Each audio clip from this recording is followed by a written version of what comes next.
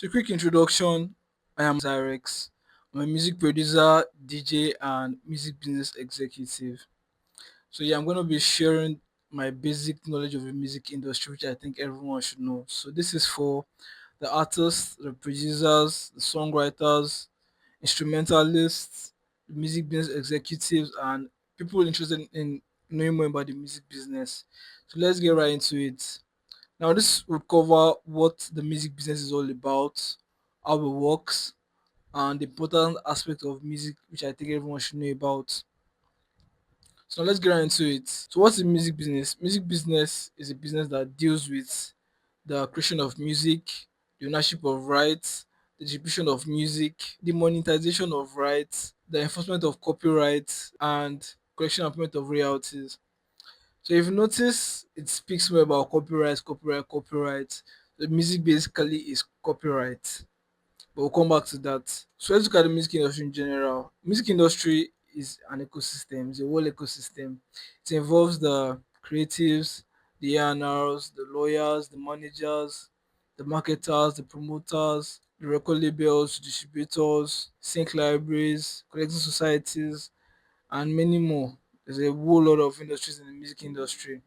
That's why it's an ecosystem. Now, the important aspect of music business, which I think we're talking about, is copyright. That's why in the definition, it's all about copyright, ownership of rights, monetization of rights, and the enforcement of copyrights. It's all about rights. So, what are the two important copyrights that we have in music? That is the masters and the composition. Now, masters is also known as the sound recording, and composition is also known as publishing. Now let's break them down even further. So what is masters? Master basically is the ownership of the sound recording. That is also known as the sound recording. So that is once a song is recorded and saved, that file becomes an asset and someone owns it. That is whoever paid for the studio session or paid for the recording of that song owns the master. So whoever pays for and controls the recording usually owns the masters, and that's most times the label or independent artist. Now let's look at common scenarios. A common scenario, for example, is when an artist pays for studio session, producer, engineering of the song, and that artist owns 100% of that copyright because he paid for his recording of the song, he paid for the creation of that song. And in scenarios where it's the label that pays for the creation of that song, from the recording to the engineering to the mixing to the mastering to the branding, distribution, and many other things the label pays for, the label owns 100% of that copyright. And in some scenarios, it can also be a partnership project. That is instances where the artists and producers collaborate. They both fund the song, then they both own the master royalties, 50-50% each, or however they agree to share it. So that is ownership when it comes to masters is based on whoever funded the creation of that song. Now, why is masters important? Masters is important because with masters rights, you earn from streaming, from downloads, from licensing, from neighboring rights, from label deals and catalog sales. And with masters, it builds wealth, while the beats and session fees is payment for the time and for the bills. So who collects master royalties? Master royalties are collected by distributors.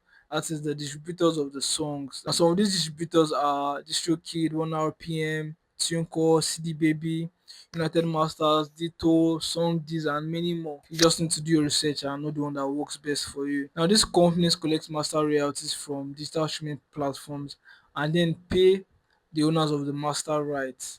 That's why it is important to own the copyright, own the master, or own the copyright of your music. So let's move on to the second important aspect of the music business, which is the composition copyright. So what is composition? Composition is what forms the song itself. That is from the lyrics to the melody and structure of that song. So composition copyright belongs to whoever contributed creatively to the creation of that song. That is either from the lyrics or the melody. That person owns a share in the composition copyright. So ownership is split among the songwriters and the producers 50-50% each. And in instances where there are multiple producers and multiple songwriters, it is 33.3% or however they agree to share the percentage. It's all about having a share in that song based on their inputs. Now, why is composition copyright important? Composition copyright is important because with it you earn from performance royalties, mechanical royalties, and sync royalties.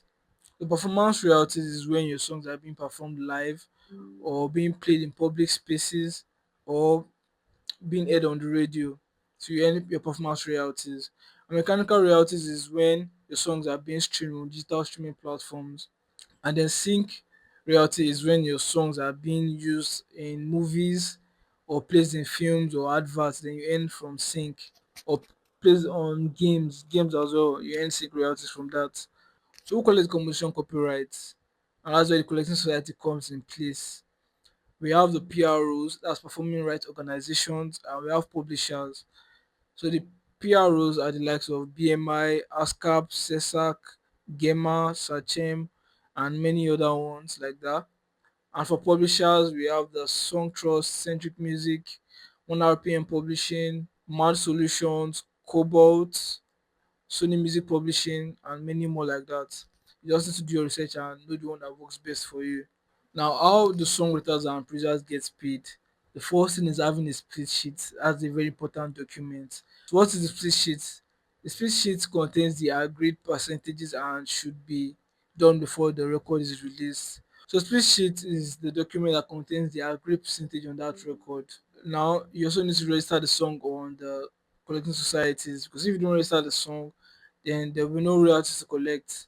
So make sure you register your songs on collecting societies as the PROs and the publishers. And there's also the neighboring rights organization, but we'll come back to that. Now, how does the payment flow? The digital streaming platforms pay the PROs, then the PROs pay the songwriters and the publishers. Then the publishers then pay the songwriters that share of the royalty. So you see, it's a whole network of collecting royalties. That's why it's important to know these basics of music business. Then after all the payments are being made, then it is then shared based on the registration of that song. So if you have learned something today, drop a comment in the comment section and follow for more.